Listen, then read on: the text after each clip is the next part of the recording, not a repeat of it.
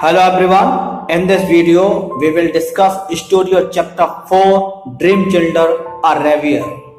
सपनों के बच्चे एक दिवा स्वप्न इस कहानी का नाम है। आइए शुरू करते हैं। ये कहानी लेखक जिसका सपना कभी साकार नहीं हो सका ना ही कभी साकार हो सकता था, वो कहानी सुना रहा है अपने बच्चों को।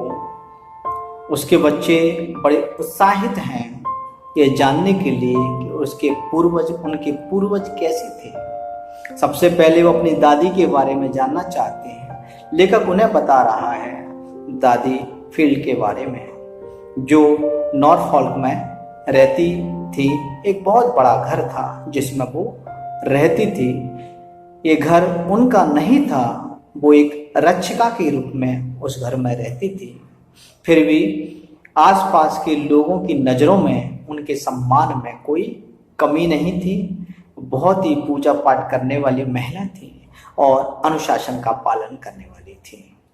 वो बहुत अच्छी थी बिहेवियर से, अंदर से बहुत ही मुलायम थी। वो ऊपर से थोड़ा स्टिक दिखती थी। वो ऐसा बताते हैं कि वो एक नर्तकी थी। उनका कद काठी बहुत अच्छी थी, लंबाई बहुत अच्छी खासी थी, दिखने में बहुत सुंदर लगती थी। वो उनकी ख्वाहिश थी दादी की कि उनके बच्चे इस बड़े घर में आके खेला करें।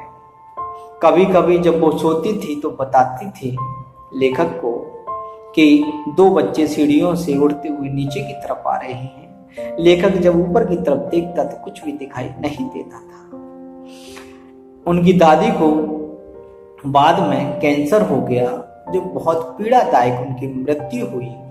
मृत्यु के समय बहुत से आसपास के लोग आए, उन्हें आखिरी यात्रा में शामिल हुए। मध्यम वर्गीय लोग भी आए, बहुत दूर से लोग आए।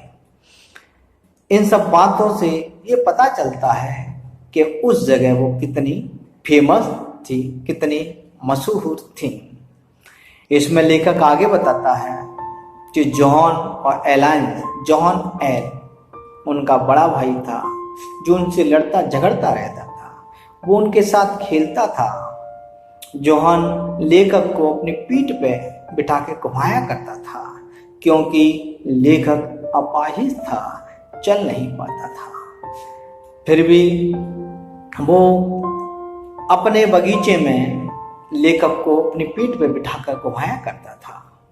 जॉन एल बगीचे की देखभाल करता था, सारा काम करता था बड़े घर का। दादी भी उससे बहुत खुश रहती थी। लेकिन एक दिन अचानक एक्सीडेंट में वो अपाहिज हो गया और उसकी भी दर्दनाक मौत हो गई। लेखक हमेशा ये सोचता रहा कि मेरा भाई कब वापस आएगा, कब मैं उससे फिर से लड़ूंगा, फिर से झगड़ा करूंगा। लेकिन अब वो वापस नहीं आ सकता था। बच्चे इस कहानी को सुन रहे थे और उत्सुक हो रहे थे।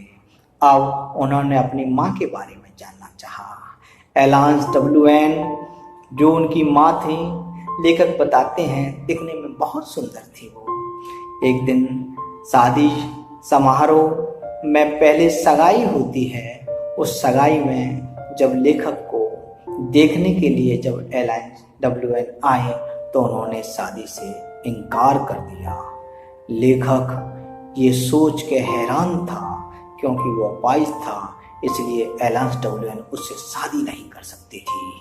फिर वो ये सोचने पर मजबूर हो गया कि फिर ये बच्चे कहाँ से आए, ये बच्चे कौन हैं। अचानक उसकी नींद खुली और उसे सब याद आया कि ये तो मैं एक स्वप्न देख रहा था, एक ऐसा स्वप्न जो कभी पूरा नहीं हो सकता क्योंकि ना ही उसकी कभी शादी हुई थी और ना ही उसके कभी बच्चे पैदा हुए।